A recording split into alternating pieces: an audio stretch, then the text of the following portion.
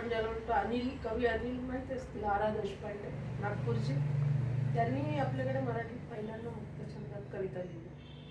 पण त्याच्या आधी आपल्याकडे कवितेला हे यमक अनुप्रास हे टलाटर इलरी हे असायलाच हवं असा एक नियम होता. आणि म्हणून आपल्याकडे भरपूर वृत्त आहेत. वृत्त म्हणजे वृत्ती असा शब्द जरी केला तरी जाईल, तिची म्हणजे गती लय. तर ते ह्या वृत्तात लिहा. ते अक्षर सुद्धा त्याचे केवढं व्याकरण आहे मराठीचं, म्हणजे मी फार थोडं जाणार नाही. पण जसं आपण हे करतो भुजंग प्रयात त्याच्यामध्ये, किंवा हे शार्दूल विक्रीडित तुमच्या परिचित वृत्त म्हणजे मंगलाष्टक. तर मंगलाष्टक असं कोणी शब्द इकडे तिकडे करून त्या चालीमध्ये बसलं की झालं. मग त्यासाठी ओढाताण पण होतं. पुष्कळ ह्रस्व दीर्घ याचं पण पूर्वी फारसं बंधन नव्हतं. तुम्ही जुन्या कविता बघा, त्याच्यामध्ये हे मात्रा जुळवण्यासाठी याला मात्रा म्हणायचे. म्हणजे शब्द जर दीर्घ असेल मोठा असेल ती ही त्याच्या 2 मात्रा असतात. अगदी प्रायमरी म्हणजे प्राथमिक माहिती सगळ्यांना जवळजवळ माहिती, पण एकदा रिपीट करते. आणि जर अ किंवा असं म्हणजे काही कानामात्रा नसलेले शब्द असतील त्याचे 1. तर त्या याच्यामध्ये त्या मात्रा याच्यात ह्या वृत्तात किती मात्रा आहे? 24. मग ते पहिल्या ओळीमध्ये लघुगुरु लघुगुरु त्याला लघुगुरु म्हणायचे. लघु म्हणजे ह्रस्व आणि दीर्घ गुरु, ते त्याची बेरीज बरोबर इतकी झाली पाहिजे. मग ते हे भुजंग प्रयात ती किती ग्रामर इतकं म्हणजे रंजक आहे मराठी भाषेचं. आधी वृत्तांपासून शिकवलंच जात नाही. कारण आम्ही ते त्यावेळी पाठ केलं होतं. हे काल काय झालं हे विसरते मी, पण त्यावेळी आम्ही जे वृत्तांचं पाठ केलं होतं यमाचा न आहे का तुम्हाला कोणाला पाठ? मी तर 8वी नंतर एकदमच एम.ए. केलं, त्याच्यामुळे मधला पूर्ण यांच्या कवितेचा विषय निघाला म्हणून हे थोडंसं मी सांगते. यमाचा न नमन त तारा प र राधिका म मानावा स समरा ज जना स भ भास्कर हे वृत्त आहे आपली. ते शब्दात जसं आहे ना लघुगुरु, तसंच त्याच्यात जसं आता भुजंग प्रयाती हे जे वृत्त आहे, भुजंग प्रयाती य चारही येती असं त्याचं एक वाक्य आहे. टॅगलाईन म्हणू आपण त्याला अलीकडच्या भाषेत. म्हणजे मग त्यात सगळे शब्द यमाचा, पहिला लघु, दुसरा गुरु, तिसरा गुरु. ही रचना म्हणजे भुजंग प्रयात. मालिनी शिखरिणी ही जी वृत्त होती त्याचे ठरलेलीच. हे जे इतके जे ना मी म्हटले 8 यमाचं नमन तारापरेला. नमन म्हणजे तिन्ही लघु गुरु लघु लघु तिन्ही लघु. ताराप पहिले 2 गुरु मग लघु. तर हे व्याकरण तेव्हा शिकलो होतो आमचे सर, म्हणजे उत्तम शिकवायचे. मुख्य म्हणजे पाठांतर करून घेत होते. व्याकरण म्हणजे एक गणित आहे ना, म्हणून भाषेला काय म्हणतो, काय शिकवत होतो तुम्हाला? हे एक सायन्स आहे, शास्त्र आहे. तर सायन्समध्ये जसं H2SO4 ठरलेली सूत्र असतात, तर याची पण ही सूत्र आहेत.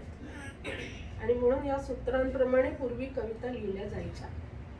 आणि त्या सूत्रांप्रमाणे लिहिल्या जायच्या म्हणूनच त्यांना चाल लावणं सोपं होतं. मुक्त छंदाला लय असते, फक्त लय. सकाळी उठून उभा दिवस आणि दिवसाचं प्रत्येक क्षण सोपवून देते मी ईश्वर हाती, आणि काठावर उभी राहून निहाळत बसते आपलं जीवन अशरीर रूपात. ही झाली लय. आणि हे जे असतात याच्यात असतं गेयता, गीत या स्वरूपामध्ये. तांब्यांच्या कविता बघा तुम्ही, चिवचिव चिमणी छतातला पण एक गीताच्या रूपात म्हणतात. ऐकून कविता कोणाला माहिती? चिवचिव चिमणी छतात छतात, बालगीतासाठी बडबड गीत ज्याला म्हणतो. किंवा जन पळभर म्हणून तिला हाय हाय, त्याला तर या मंगेशकर कुटुंबियांनी या सगळ्या बहुतेक गाण्यांना अगदी अविस्मरणीय करून सोडलंय. चांगला संगीतकार मिळाला, जसा म्हणतो चांगला स्वयंपाक करणारी मिळाली तर प्रत्येक वस्तू चवदार होते. उपमा चुकीची असेल कदाचित, पण आपण पटकन देऊ शकतो. कारण स्वयंपाकघरातल्या उपमा इतक्या चपकाल आहेत. हळदीचे जे गुणधर्म आहे ना, तेच गुणधर्म याच्या स्वभावात आहे असं आपण म्हणतो कधी. कळतं त्याच्यामधून की हा समोरच्या माणसाला ताजंतवानं करतो किंवा काहीतरी असं पोषक देतो की माणूस एकदम. तर हे जे कुठल्याही उपमा, आपल्याकडे उपमांचं काहीच वावडं नाही आहे. कुठलीही उपमा जिथे जी योग्य बसेल ती आपण वापरू शकतो. एखादा माणूस थोडासा चांगला थोडासा वाईट, आपण तो अगदी श्रीखंडासारखा आंबट गोड. तर ह्या उपमा म्हणजे तिकडनं द्यायच्याच नसतात असं नसतं. कुठलीही उपमा तुम्ही द्या, फुलाच्या द्या, पानाच्या द्या, झाडाच्या द्या, नदीच्या द्या. तर ह्या सगळ्या उपमांचा उपयोग करत आता याच्यातही त्यांनी तेच केलेलं. सावरकरांनी जेव्हा हे गीत लिहिलं तेव्हा हे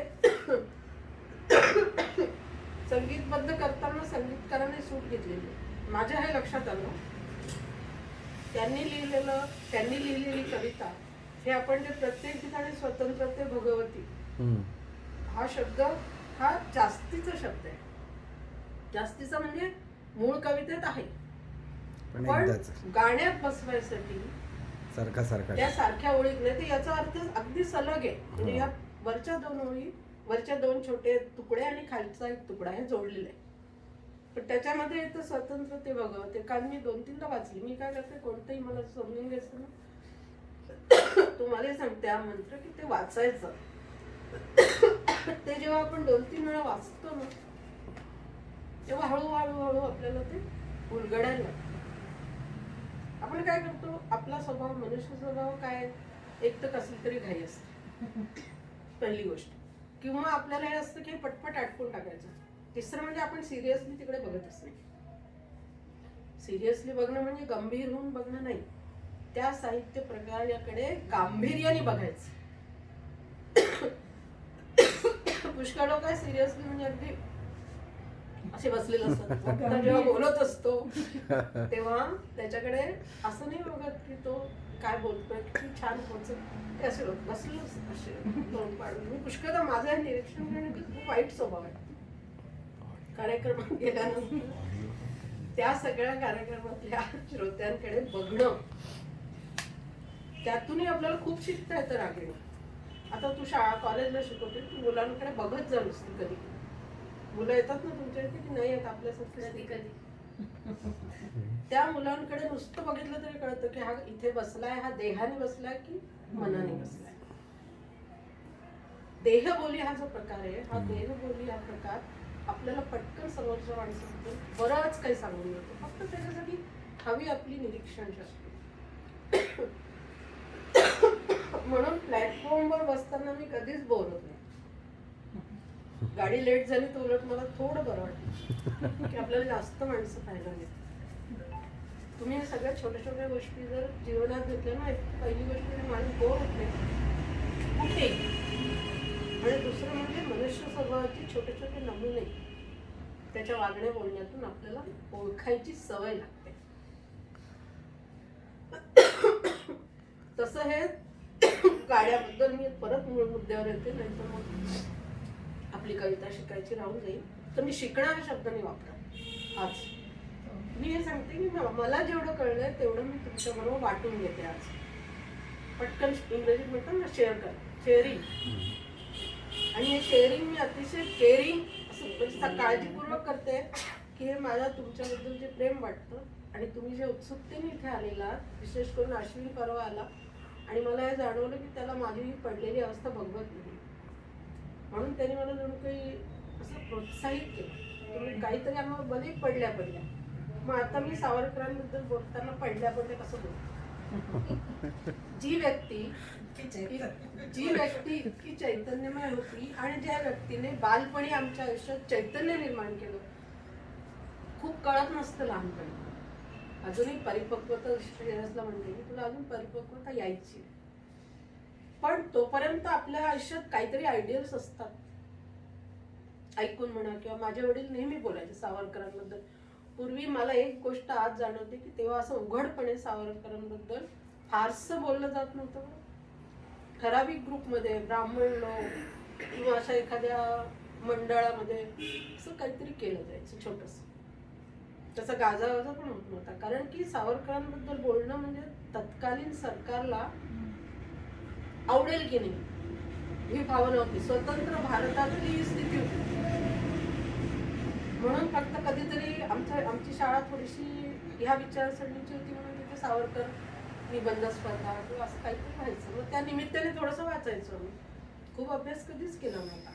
आणि सावरकरांचा अभ्यास सगळा करणं, समग्र करणं हे सोपी गोष्ट नाही. त्यांच्यावर कोणी PhD नाही केली माझ्या माहितीप्रमाणे. तुला माहिती आहे का? नाही. मी खूपदा पाहिलं, पण सावरकरांच्या समुद्र साहित्यावर PhD हा प्रकार करून केलेली आहे. कारण तसं ते कठीण आहे. जितक्या आपण म्हणतो ना हिंदीमध्ये काय म्हणतात, परत दर परत, म्हणजे जितक्या आपण त्याच्या पाकळ्या पातळ्या अशा उलगडत जातो ना, तितकं ते नवीन नवीन काहीतरी कळतं. आणि असं साचेबंद अभ्यासासाठी असं रोज नवनवीन कळायला लागलं तर त्या बिचाऱ्या जाणकाराची या तर त्याला काहीच कळणार नाही किंवा त्याला इतकं कळेल. जसं विनोदाने सांगतात ब्रह्मविद्येबद्दल की ज्याला ब्रह्मविद्या खरोखर आकलन झाली आहे तो बोलतच नाही, आणि ज्याला ती कळलेली नाही त्याला त्याच्याबद्दल काही बोलताच येत नाही. तशी स्थिती सावरकरांच्या साहित्यामध्ये. काय शब्द लिहितात, म्हणजे एका शब्दात आशयाचं असं गागर में सागर म्हणतो किंवा आपण म्हणतो की थेंबामध्ये सगळं जमलेलं. समुद्रातला एक थेंब खूप चव गेला. तसं याला मला वाटलं सागरा प्राण तळमळ नाही देऊन जाईल त्या दिवशी असं आमचं बोलणं झालं होतं की काहीतरी त्या. मग मला अगदीच ते ऐकून किंवा असं केव्हा तरी वाचलेलं असताना मध्यंतरी खरंच नाही असं पुन्हा पुन्हा थोडी वाचतो आपण असं उडून काहीतरी. त्यामुळे स्वतंत्रते भगवते वगैरे तो महंत मला असं वाटायचं की याच्यात संस्कृत शब्दच खूप जास्त असते. कारण ऐकताना किंवा तुम्ही गाणं म्हणत असताना तुम्ही त्या शब्दांच्या जवळ जाता पण त्यात शिरत नाही कधीच. हे अगदी सत्य आहे. कारण आपल्या त्यावेळी काय असतं की आपला सूर चुकतोय का, समोरच्याला आपलं गाणं आवडतंय का, किंवा तालवाला तर काही चुकत नाही, मध्येच त्यांनी काही गडबड केली तर तिकडे लक्ष जातं. त्यामुळे गाण्यात जसं आपण शिरलं पाहिजे. जर तुम्हाला एखादं गाणं कळून घ्यायचं असेल तर ते एकांतात म्हणा आणि त्या शब्दांचा आनंद घेत घेत, ज्याला आपल्याकडे एक शब्द आहे चरवण करत करत, चावून चावून. पान सुद्धा आपण जेव्हा जास्त चावायला लागतो छान, तेव्हा त्यातला रस आपल्याला नीटपणे कळायला लागतो. किंवा एखादी गोड गोड वस्तू असते आपण जिभेवर ठेवतो आणि हळूहळू श्रीखंडाचं बोट, पुन्हा तेच उदाहरण द्यायला आपण कसं हळूहळू हळूहळू ती चव आपल्या विरघळत जाते. विरघळणे हे तुम्ही जेव्हा विरघळाल त्या शब्दांमध्ये, तेव्हा गायकाने हे कवीनी काय लिहिलंय हे तुम्हाला आपोआप कळेल. यात ते सुरुवातीला म्हणतात ते जयोस्तुते श्री महन मंगले. काय विशेषण वापरले, महन मंगला, अत्यंत पवित्र अशी. मंगल म्हणजे शुभ पवित्र, आणि महन त्यातही आणखी मोठ्यात मोठी म्हणजे श्रेष्ठात श्रेष्ठ.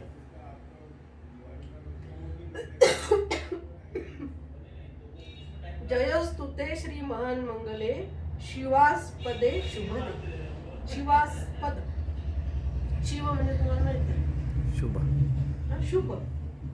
सत्यम शिवम सुंदरम म्हणलं, शिव हे शुभ, आणि शिवास्पदे अत्यंत शुभंकर आहेस तू, अत्यंत शुभदायी आहेस, सगळ्यांना शुभ वाटणारी आहेस. आणि पुढे त्यांनी पुन्हा म्हटलंय शिवास्पदे शुभदे, पुन्हा तो शब्द वापरला. उपमेची पुनरुक्ती, अर्थ थोडा वेगळा असतो. सत्यम शिवम सुंदरम मध्ये आपण शिव म्हणजे पवित्र किंवा शुभ असं म्हटलं तर तरी ते म्हणतात की तू पवित्र आहेस ग, हे पवित्रे. म्हणजे एखाद्या गोऱ्या मुलाला म्हणतो तू किती गोरी आहेस ग गोरूबाई, लाडाने म्हणतो आपण. तर ते काय होतं, त्यातनं त्या 2 वेळा ती उपमा वापरली की त्यातनं अर्थ आणखी ठसतो. म्हणून हे श्री महन मंगले शिवास्पदे शुभदे जयोस्तुते. माझ्या जयोस्तुते म्हणजे मी तुझा जय जयकार करतो, मी तुझं गुणगान करतो, मी तुझी स्तुती करतो. आणि कशी त्वाम अहम, पुन्हा एक विशेषण वापरले, यशोयुता, यशस्वी, यशपूर्ण, यशाने भरलेली. यशोयुता, मी तुम्हाला यशोयुता त्वाम अहम वंदे, हे यशोमयी आम्ही तुला वंदन करतो. मग तिला विशेषण इकडे वापरून ठेवले पाहिजे, स्वतंत्रते भगवते. या शब्दांचा पुनरुच्चार आहे पुन्हा पुन्हा प्रत्येक ओळीमध्ये. कारण हा शब्द घातल्याबरोबर आता पहिल्या कडव्यात तो उत्तम बसला, तो पुढे पुढे तो कदाचित कवितेत नसला तरी तो घातल्यानंतर त्याला एक अशी चाल लावता येते उत्तम अशी. बघा हे हा जर नसता तर काय झालं तेव्हा राष्ट्राचे चैतन्य मूर्त तू नीती संपदांची श्रीमती राज्ञी तू त्यांची. जेव्हा मंगेशकर दैवी देणगी मिळालेले संगीतकार आहे त्यामुळे त्यांना हे जसं राष्ट्राचे चैतन्य मूर्त तू नीती संपदांची स्वतंत्रते भगवती श्रीमती राज्ञी तू त्यांची असं एकदम छान अंगावर काटा चाल अशी एकदम अशी वळणं घेत घेत घेत घेत बरोबर येऊन पोचते. म्हणून हा शब्द घ्यायला काहीच हरकत नव्हती. आपण घेतो की नाही आहा किंवा आपण याच्यात हैया रे हैया रे हैया काय तर हे शब्द काय असतात त्या मूळचा गीताला एक अशी रंगत करतात. आणि हे स्वतंत्रते भगवती म्हणणं काय चुकीचं आहे. प्रत्येक वेळी फारच उत्तम येते. म्हणून ते म्हणतात राष्ट्राचे चैतन्य मूर्त तू आहेस म्हणून हे राष्ट्र चैतन्यमय आहे. स्वातंत्र्याच्या भावनेने ते धगधगत आहे. तुम्ही लक्षात घ्या स्वातंत्र्यासाठी आपल्याकडे फार जास्त उदाहरणं नाही दिली अनंत उदाहरणं आहेत. अगदी टिळकांपासून तर झाशीच्या राणीपासून. पण छत्रपतींनी काय केलं ज्यावेळी खरी स्वातंत्र्याची त्यावेळी गरज होती. आपण नाही तर आज काय असतो आता भांडणं चालले ते झालेच नसते. आपण मस्त हिजाब घालून फिरत राहिलो असतो. किंवा हे लोक सगळे सुनता बिनता होऊन बसलेले असते. इतकी वाईट स्थिती होती त्यावेळी इतकी वाईट स्थिती. तुम्ही इतका इतिहास वाचला नाहीये. तुम्ही एकदा ते छत्रपतींचं तुम्हाला जे पुस्तक दिलंय मग आणि समर्थांचं ते दिलंय एक पुस्तक माझ्याकडे आता चिंता करीतो विश्वास त्यातला पहिला भाग वाचला असेल तू. काय त्याच्यामध्ये त्यांनी सत्य स्थिती सांगितली. मुस्लिम आक्रमणांनी भारताची काय स्थिती झाली होती हे पाहण्यासाठी आणि इस्लाम म्हणजे काय नेमका हे शिवाजी महाराजांच्या पुस्तकात आहे. तेव्हा मी वाचू शकत होते तुम्ही तेवढं वाचलं नाही वाचू शकत असेल तुम्ही ठेवून वाचते. त्यामुळे खरोखर इतकी भयावह स्थिती असताना एक छोटासा मुलगा आपल्या आईच्या सांगण्यावरून म्हणजे किंवा त्यांनी दिलेल्या शिकवणीवरून स्वातंत्र्याची आग आपल्या हृदयात ठेवतो आणि तरुण लहानसा मूल ते शिवाच्या पिंडीवरती शपथ घेतो. केवढी अलौकिक घटना आपल्या इथली. आणि म्हणून इतका इतिहास बदलला. आपण लोक त्यांना या इतिहासाने त्यांना महत्व नाही दिले. CBSEच्या पुस्तकात एवढंच पॅरेग्राफ. आता सुधारणा झाली तर माहिती. तर ते स्वातंत्र्याची आग त्यांच्या हृदयात धगधगत होती म्हणून ते राष्ट्राचे चैतन्य तू असं म्हणतात. तू नसली तर काही जीवच नाही. चेतना चैतन्य ज्याला आपण म्हणतो की हा प्राणवायू निघून गेला तर शरीर जसं निष्प्राण किंवा असं दगडासारखं पडलेलं असतं तसं तू जर नसतीस तर आमच्या मनात काय असतं. तू आम्हाला धगधगत ठेवलायस. तू ह्या राष्ट्राला एका विशिष्ट भावनेने धगधगत ठेवलंय. नीती संपदांची श्रीमती राज्ञी तू त्यांची ही ओळ इथे जोडली जाते. स्वतंत्रते भगवते हा मधला शब्द राहू द्यायचा अर्थ करून घेण्यासाठी. नीती संपदांची तू काय आहेस राज्ञी. पण कशी श्रीमती. श्रीमती हे विशेषण. श्री म्हणजे वैभव. श्री म्हणजे उत्तम उत्तम. आपण श्रीमान म्हणतो. नुसतं पैशाचं वैभव नाही. हे वैभव म्हणजे विचारांचं वैभव. हे वैभव म्हणजे संस्कृतीचं वैभव. हे वैभव म्हणजे संस्कारांचं वैभव. म्हणून नीती आणि नीतीची जी संपत्ती आहे या भारताकडे त्यांची तू अत्यंत वैभवशाली अशी राणी आहेस. स्वतंत्रते तू अशी तशी नाहीस. तू या राष्ट्राचं चैतन्य आहेस. तू नीतीची जी संपत्ती असते त्याच्यावर तुझा एकाधिकार आहे. तू राणी आहेस त्यांची. श्रीमती राज्ञी तू त्याची. परवशतेच्या नभात तुची आकाशी होशी. आकाशाकडे आपण नेहमी बघा आपण आकाशाकडे डोळे लावून बसतो. अंधार असतो. एखादी चांदणी जेव्हा निघताना दिसते तेव्हा कुठेतरी बरेच कवी वर्णन करतात की आपल्या हृदयात असे आशेचा किरण जागृत होतो. जरा धीर वाटतो. जशी तू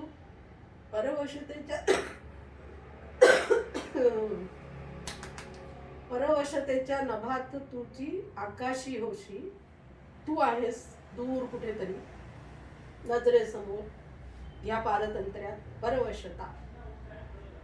पारवशा होता मी जेव्हा त्यांनी कविता लिहिली तेव्हा भारत स्वतंत्र नव्हता. त्यामुळे कुठेतरी तू दूर लुकलुकताना मला दिसतेस की तू आज ना उद्या इथे उतरून येशील. म्हणून चांदणी चमचम लखलखती. तू कशी वाटते त्या चांदणी सारखी. तुझ्याकडे आम्ही पाहिलं की मन कसं होतं, प्रसन्न होतं की मी आज ना उद्या हा प्रकाश आपल्याला दिसणार आहे.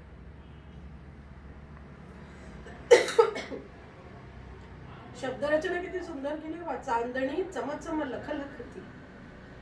अशी ही तेजाने चमकणारी चांदणी अंधाऱ्या आकाशात जशी आपलं अस्तित्व दाखवून देते, तशी तू आम्हाला तुझं अस्तित्व रोज दाखवत असतेस की मी आहे, मला मिळवा.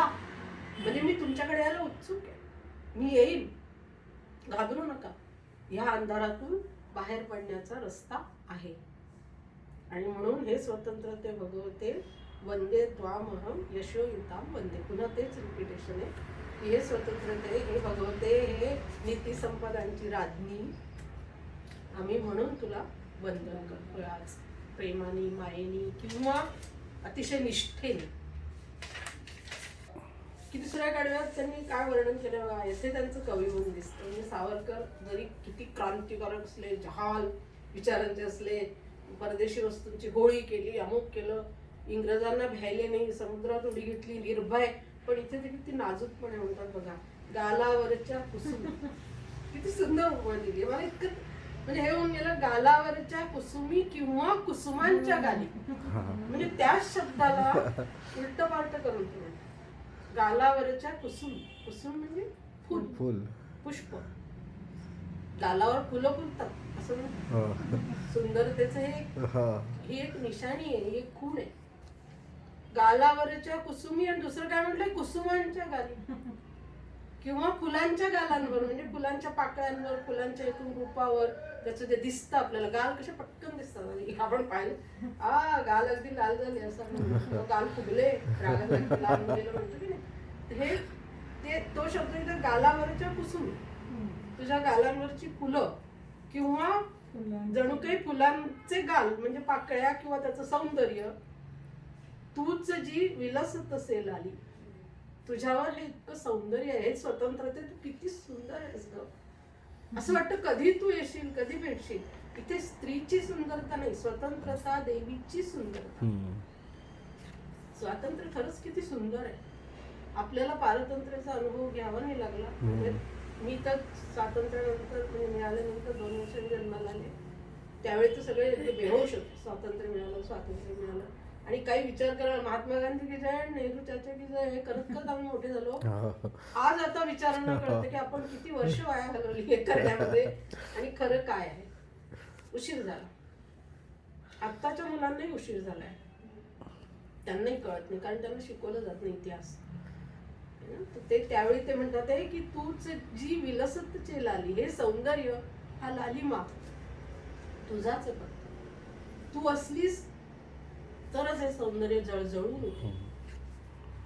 हे दृष्टीस पडेल. हे स्वतंत्रते तू म्हणजे सुंदरतेचं खरं रूप. कोणत्याही प्रकारे तुझ्याकडे पहा, असं वाटतं की कधी एकदा तुला आम्ही प्राप्त करू. इथे लालसा नाहीये, इथे ओढ आहे.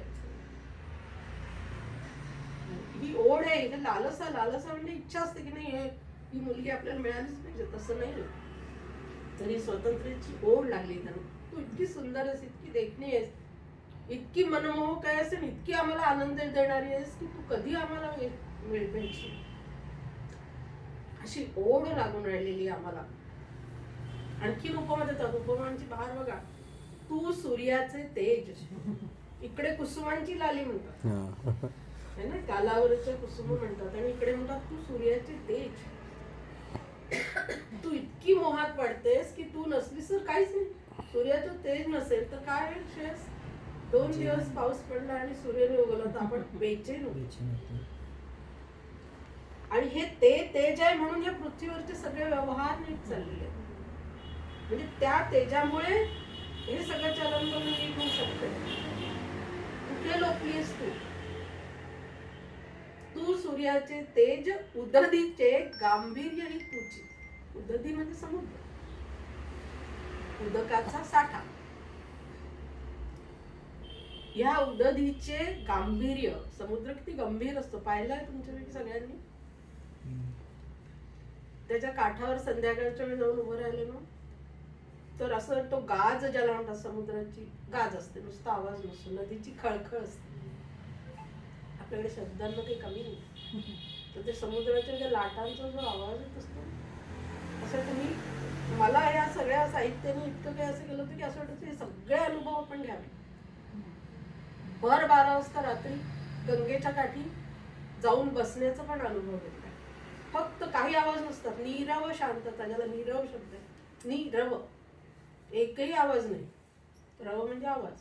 आणि अशा वेळी फक्त गंगेचं ते खळ खळ खळ काय लाटात आवाज. तशी समुद्रावरची गाज. माझे हट्ट वेगळेच असतात. मी मुंबईला गेले तर मला, किंवा गणपतीपुळ्याला गेलं तरी तुम्हाला हा प्रकार अनुभवता येईल. असं आत जाऊन समुद्राची गाज ऐकताय, म्हणजे त्याला गांभीर्य म्हणताय त्यांनी. म्हणजे तू काही अशी तशी थोडी आहे, उच्छृंखल थोडी आहे.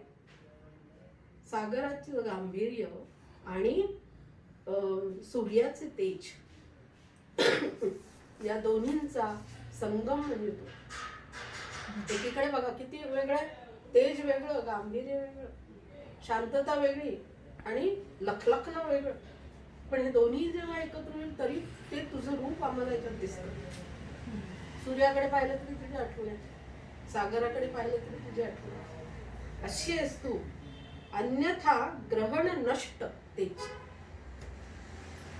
एरवी अन्यथा आपण म्हणतो ना, अन्यथा घेऊ नका, इथे आपण बोलताना वापरतो, म्हणजे असं काही वेगळ्या प्रकारे घेऊ नका. पण इथे ते म्हणतात अन्यथा म्हणजे याशिवाय ग्रहण नष्ट. जसं सूर्याचं तेज नसतं की नाही ग्रहणात, नाही तर मग सगळीकडे ग्रहणच ग्रहण आहे. म्हणजे सगळीकडे अंधारच अंधार आहे, सगळीकडे दुःखच दुःख. हे पण ग्रहण शब्द खूप अर्थाने वापरतो वेगवेगळ्या. काय ग्रहण लागलं काय माहिती, माझ्या मागे वगैरे. तर ग्रहण या शब्द जसं आपण म्हणतो ना, शब्दांना घेतला तो फक्त वाचिक अर्थ नसतो.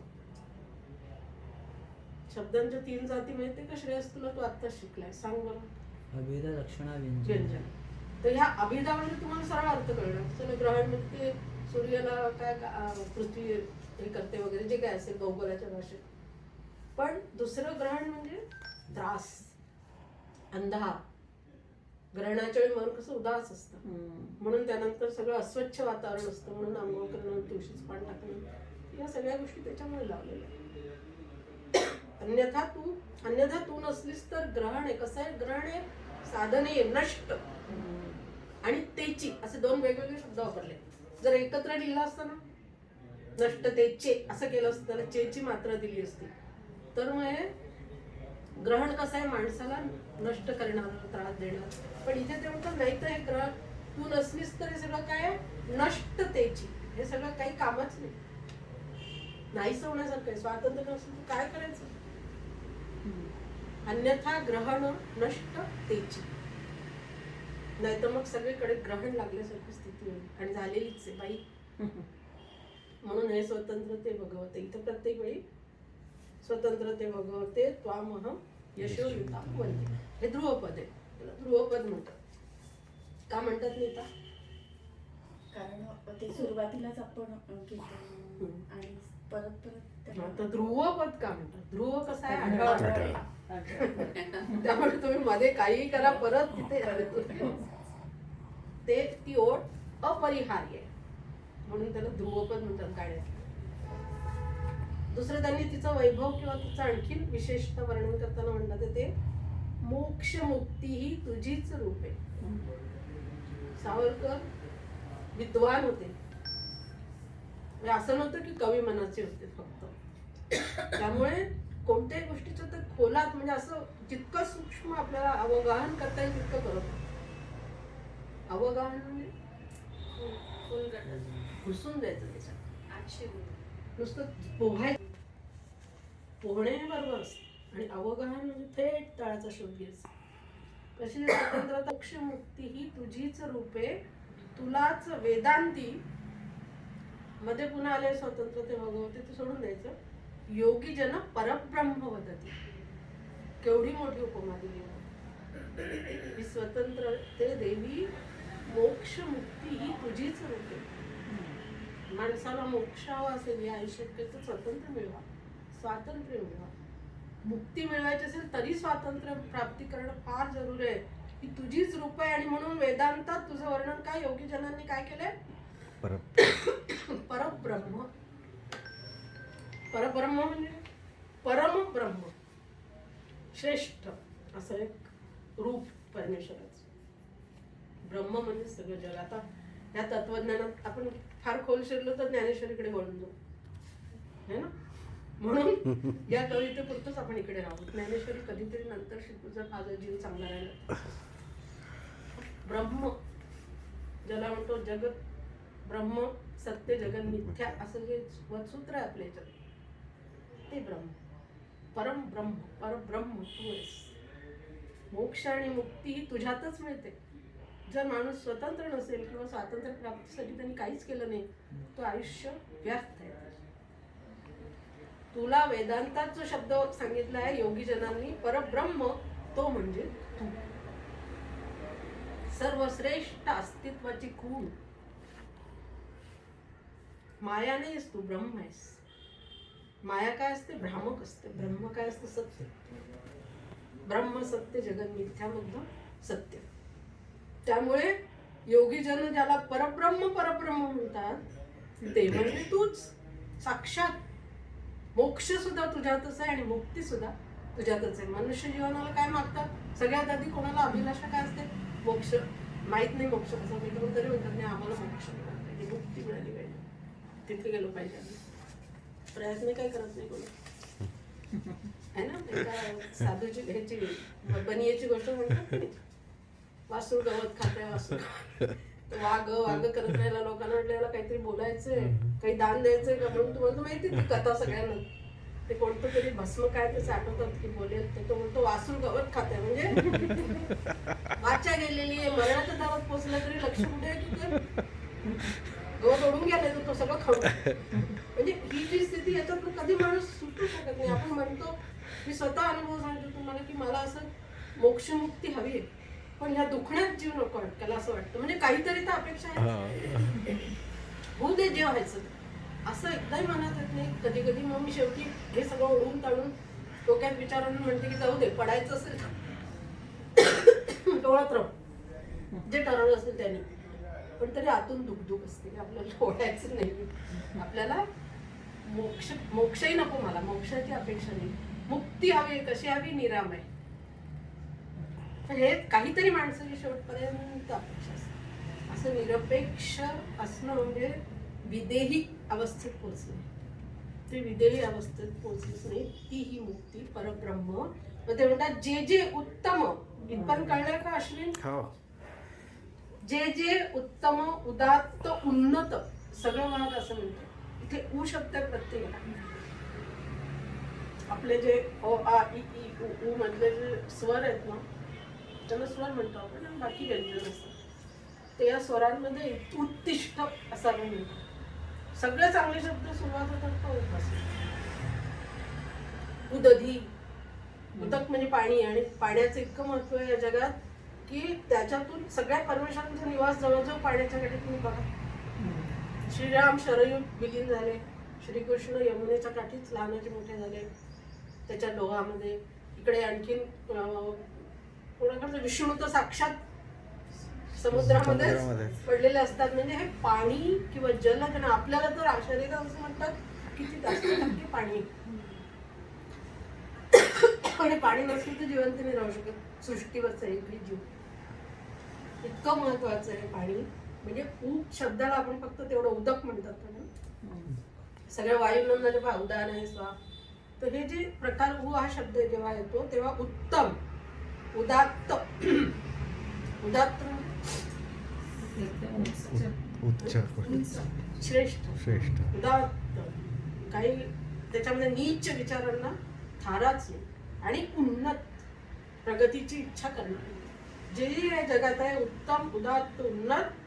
आणि कसं आहे ते महान मधुर ते शिवाय ते सगळं जे जे गोड आहे, चांगलं आहे, मधुर आहे, हवं असं वाटतं. ते मधुर म्हणजे हवं असं वाटणार. सर्व तव सहचारी होते. पुन्हा मग स्वतंत्र ते भगवती सोडून दिला. सर्व तव सहचारी होते, सगळे तुझ्यात आहे. सहचारी चर चालणे, सहचर आपण नवऱ्याला म्हणतो ठीक आहे, लौकिक भाषेमध्ये सहचर. आता हे शब्द फार कमीच वापरले, अभि म्हणतात, है ना? शब्दच गेलेत सगळे. पण सहचर बरोबर चालणारा, त्या अर्थाने तुम्ही पण सगळे म्हणजे सहचर आहात. तर हे सगळे गुण हे तुझे सहचर आहेत. स्वतंत्रता आली की एकदा त्या देवीच्या आसपास, त्या स्वतंत्रतेच्या आसपास हे सगळे उज्ज्वल, उदात्त, उन्नत, महन, मधुर जे काय असेल ते सगळं तुझ्या आसपास, तुझ्यात सामावले. म्हणून अहम यशोयुताम वंदे, म्हणून अशा देवी स्वतंत्रते मी तुला वंदन करतो, वारंवार वंदन करतो. शेवटचं कडवं आलंय, 4 कडवे आहेत म्हणजे दिली.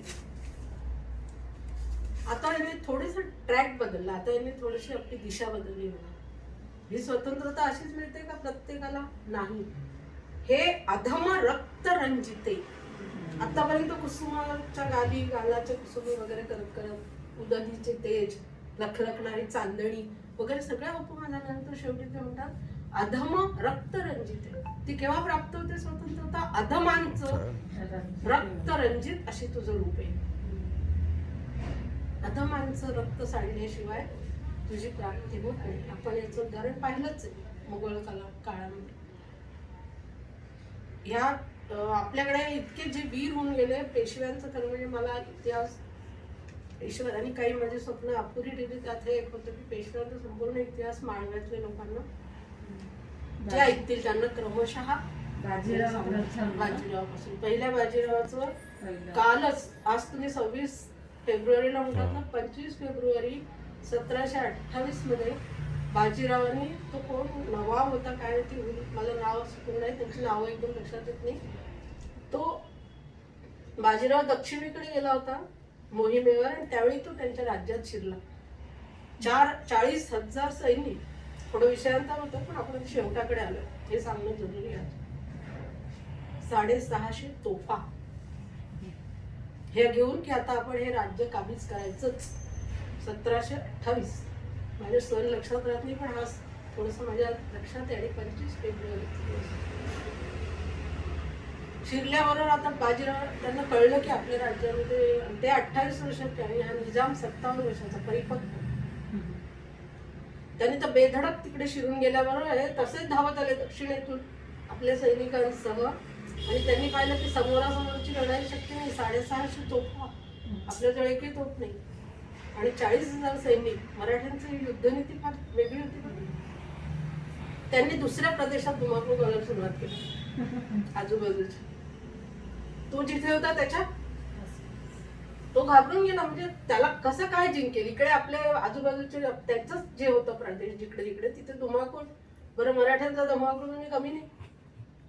धाड जायचं, धाड मारायचं, कापायचं, जे करायचं ते करायचं. शेवटी त्याला इकडे जायचं तर ते दुसरीकडे यायचे. ते गुजरातमध्ये गेला तर या बाजूला यायचं आपल्या सैनिक. एकही सैनिकाचं रक्त न सांडता असं म्हणतात त्यावेळी. मग ते माळव्यामध्ये शिरले बाजीराव. माळव्यात ते इकडे त्यावेळी नवाबाचं होतं राज्य.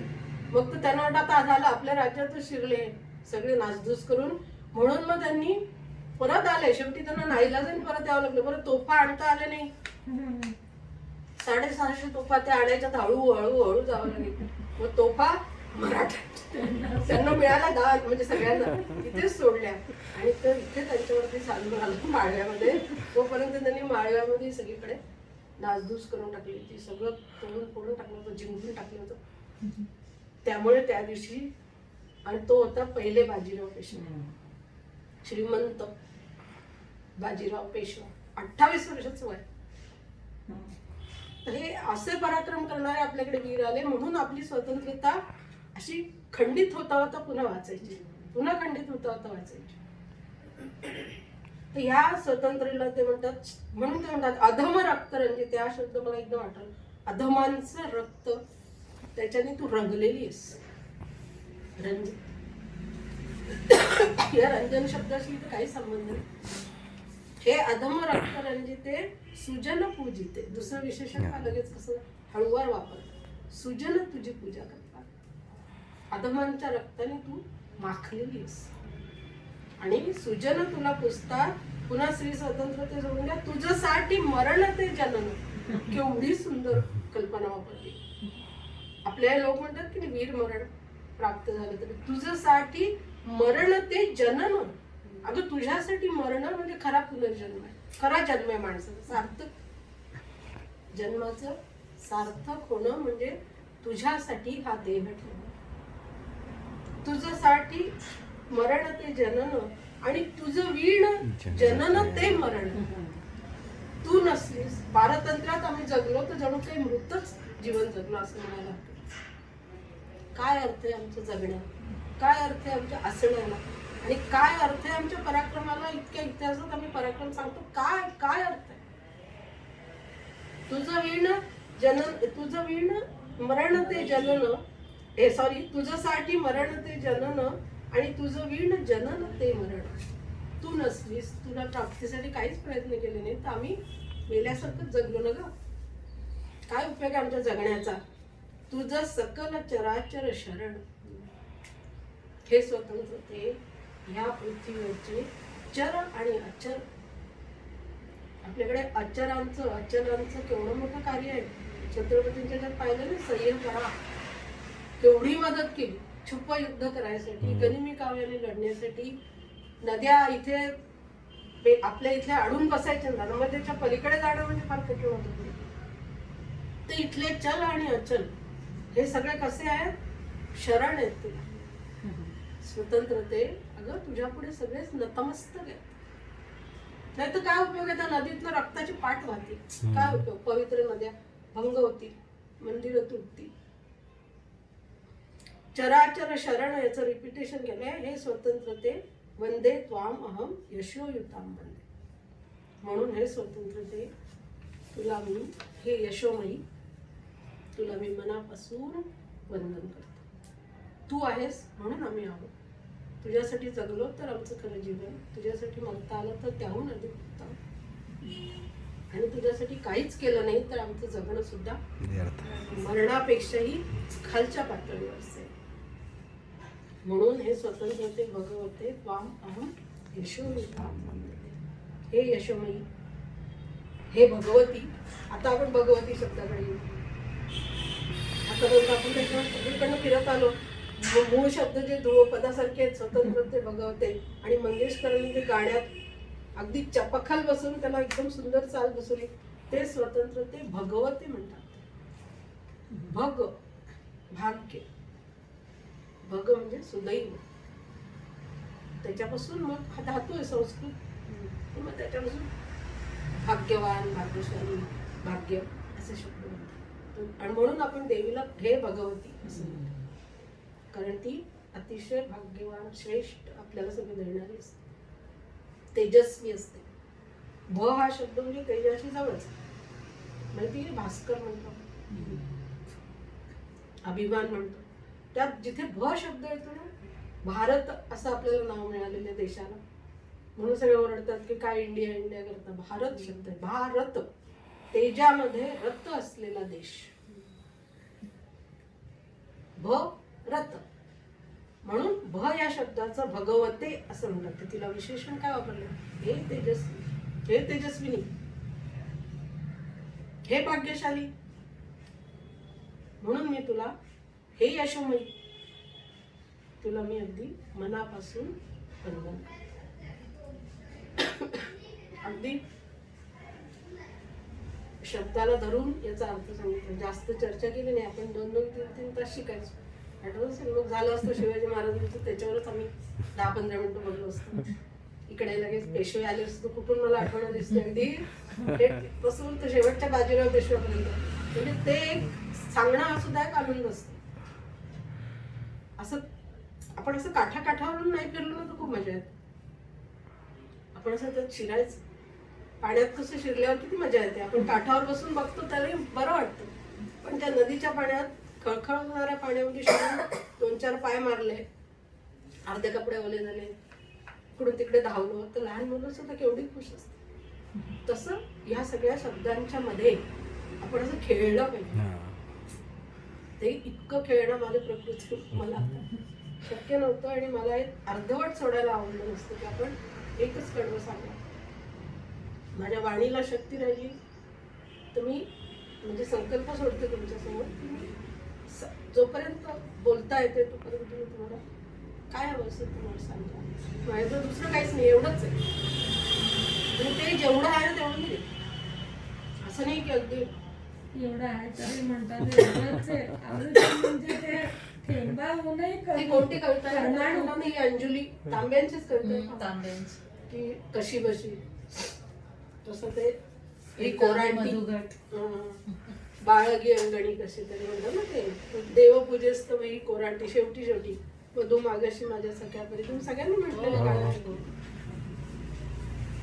तू अजूनही मागतो काय म्हणतात ते श्रोत्यांना की तरुण तरुणींची सलज्ज कुजबुजी.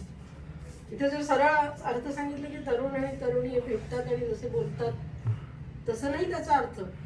तुम्हाला प्रेमावरच्या कविता हव्या हा त्याचा अर्थ आहे. त्यामुळे तरुण तरुणींची सलज्ज कुजबुज वृक्ष झऱ्यांचे गूढ मधुर गुज.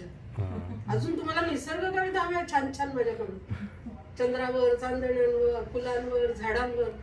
तरुण तरुणींचे सलज्ज कुजबुज वृक्ष झऱ्यांचे गूढ मधुर गुज संसाराचे मर्म हवे तुझे. प्रियकर प्रेयसी पती पत्नी है ना, त्यांच्या संसारातलं गोडवा याच्यावरती ऐकायचंय माझ्याकडून. पण आता माझी क्षमता तरुण तरुणीचे सलज्ज कुजबुज वृक्ष झऱ्यांचे गूढ मधुर गुज संसाराचे मर्म हवे तुझे. मधु पिळण्या हे सगळं काय मधु आहे ना, गोडगोड आहे, मिठास आहे. मधु पिळण्या परी रे बळ न करे. आता माझ्या हातात हे सगळं सांगण्याची क्षमता नाही. आता कुठे लागले नेत्र रे पहिलं तरी किती सुंदर. आणि हे असं आपल्याला म्हटलं की तरुण तरुण, मी अक्षरशः माझ्या डोळ्यांनी ऐकला हा अर्थ. डोळ्यांनी काय कानांनी. महाराष्ट्रात गेले होते रिफ्रेशर कोर्सला, तिथे BAच्या त्या मॅडम कुलकर्णी म्हणून त्यांनी असा अर्थ सांगितला तो कसं तरुण तरुणींची सलग कुजबुज. तरुण आणि तरुणी भेटल्यावर जसे राजेंनी बोलतात वगैरे, मला असं वाटत होतं उठून बरं म्हणून त्यांना सांगू, पण मर्यादा असतात. आपल्याला प्रोफेशनच्या मर्यादा असतात. नंतर मग त्या माझी ओळख होती, त्यांना नंतर सांगितलं, म्हणलं ताई असं नाही हवं, थोडस विचार करा ना. हे नुसतं तरुण तरुणींची कुजबुज कशाला हवी लोकांना? त्यांना कुजबुज नकोय, त्यांना प्रेम कविता हवी आहे कवीकडून. तर हे कवी जे लिहितो ना बेटा, ते वरच्या शब्दांपेक्षा आतला अर्थ महत्वाचा असतो. आणि तो अर्थ जसं मध्यंतरी मी एक माझ्या वाचनात आलं, तुमच्या आलं असेल कोणाच्या ऐकण्यात, औदुंबर ही कविता बालकवींची. बालकवी हे निसर्ग कवी आहे. माहिती नाही तुला बालकवी काय नाव आहे तुमचं? सांग. त्र्यंबक बापूजी ठोंबरे. आता हिलाही मी स्टुडंट असतो, मधून मधून विचारत राहते. तिला मी जाता येतं शिकवत असते. ती एक चांगली माझ्यावर दवाखान्यात असते. धरायचं तिला, रागवायचं की तू हे करत नाही. तर ते त्र्यंबक बापूजी ठोंबरे उर्फ बालकवी हे निसर्ग कविता लिहिणारे कवी म्हणून प्रसिद्ध आहे. आता त्या निसर्ग कवितांमध्ये औदुंबर कविता म्हणून त्याचा निसर्ग कविता म्हणूनच अर्थ जळात टाकून म्हणजे पाय टाकून औदुंबर बसलाय, हिरवळ आहे, मग त्याच्यातून वेडी वागली, पायवाट गेली. पण मध्ये कुणीतरी त्याचा अर्थ असा शोधण्याचा प्रयत्न केला. म्हणजे मलाही इतकी माहिती निसर्ग कविता म्हणूनच मी शिकवली, पण मला ती उमगत नव्हती नीट. तळमळ होते माझी, जर नीट उमगली नाही. पण जेव्हा त्या वेगळ्या दिशेने विचार केला, त्यांनी फक्त असं नुसतं सुतोवाच केलं होतं की याला आपण वेगळ्या अर्थाने पण विचार करू शकतो या कवितेचा. ती म्हणजे कविता ही जीवनाविषयी, की हा जो काळ पुरुष आहे, हा त्या काळ्या भोर डोहात निळ्या का सावळा डोह असं त्यांनी वर्णन केलं. हा कसा गूढ गहन. निळा सावळा म्हणजे कसं आतलं काही कळत नाही तळातलं, तसं आपल्या जीवनातलं आपल्याला खरंच काही कळत नाही नसतं.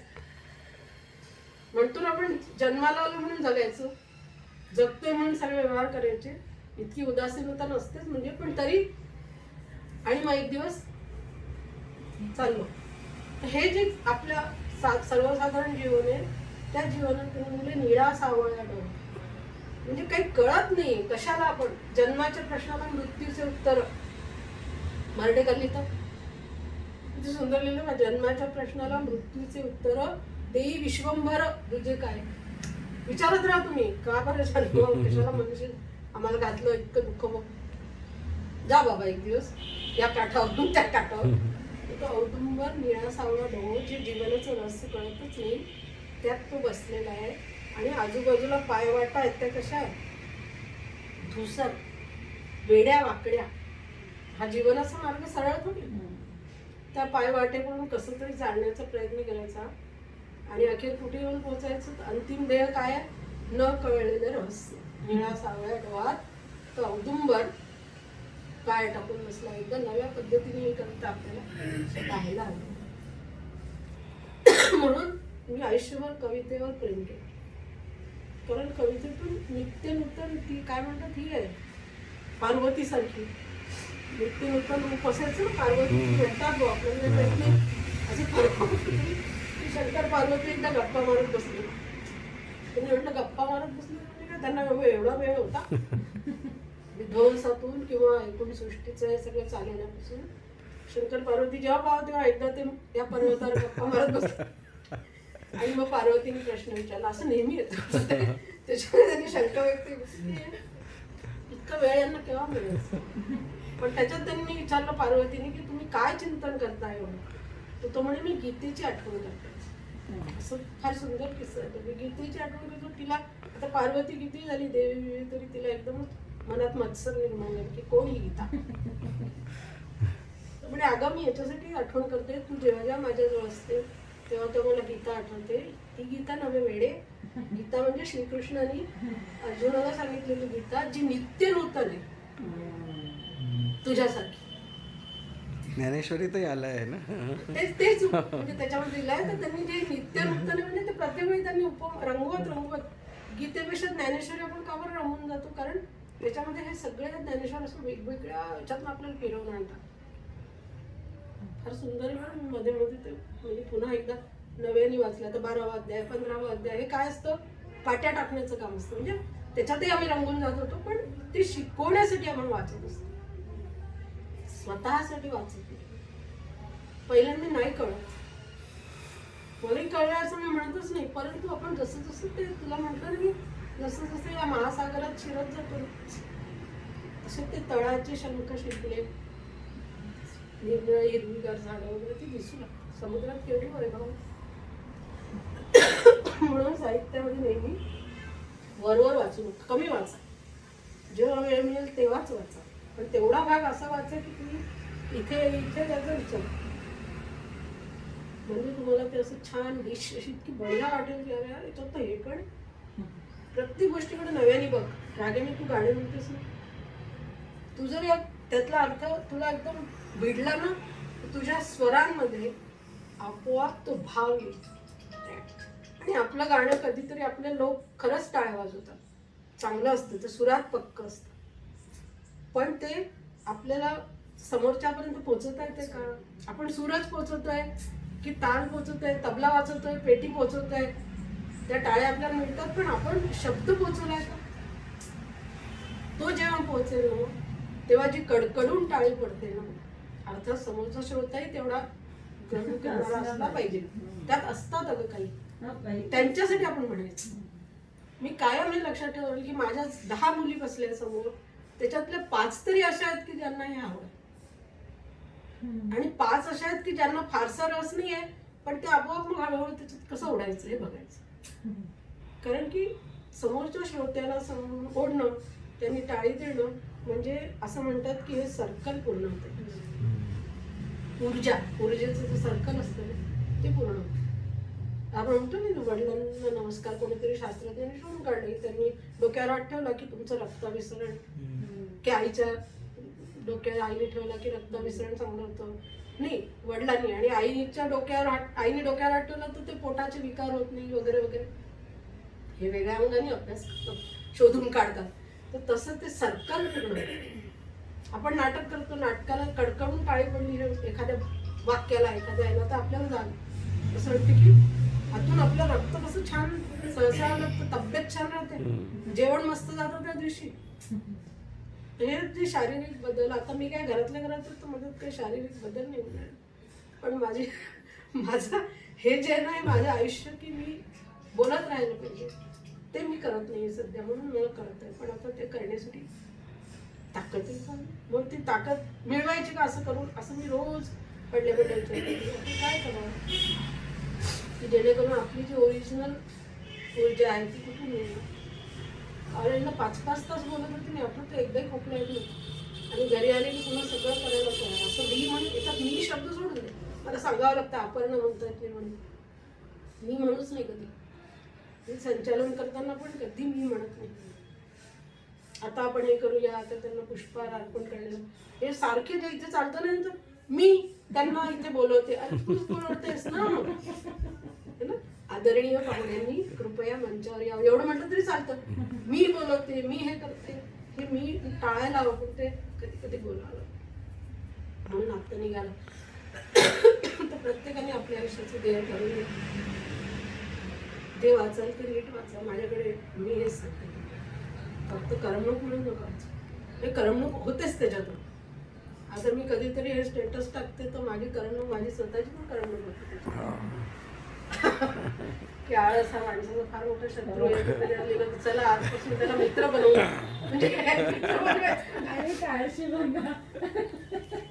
पण म्हणजे शब्दांचा काय खेळ असतो तुला बघते, मला फार वाटतं. असं काहीतरी शब्दांची खेळत राहा, ठीक आहे. आणि खरंच हा अर्थ मला वाटतं की कोणालाच नसेल माहिती जितका, म्हणजे मला तरी नव्हता माहिती इतका. या अनुषंगाने कधी हे गीत वाचलं म्हणजे खूपदा, हजारदा म्हटलं असेल, कमीत कमी हजारदा म्हटलं असेल, प्रॅक्टिसमध्ये 4-4, 5-5दा एक दिवसात म्हणायचं. पण आणि आता नाही म्हणजे सूर जातो कधी, ते मला एकदाही सूर गेला की वाटतं आता आपल्याला सोडून द्यायचं, जे जमत नाही ते करण्याचा आता. ते आणि आत्ता ह्याच्यात जाणवलं की जसं हृदयनाथ मंगेशकरांनी म्हणजे चाल जे तुम्ही म्हटलं की तसंच जितकी ते उच्च कोटीची कविता आहे तेवढं संगीतकारही तसे. तर ते जेव्हा हे अधम रक्त रंजिते म्हणतात तेव्हा अगदी वीर रसे आणि सुजन पूजिते म्हणतात, ते शब्द किती म्हणजे एकदम लक्ष वेधलं गेलं त्यावेळेस की किती म्हणजे एकदम चेंज झालाय. म्हणजे एकदम वीर रसाने ओतप्रोत वाटतं ते, आणि लगेच सुजन पूजिते एकदम शांत.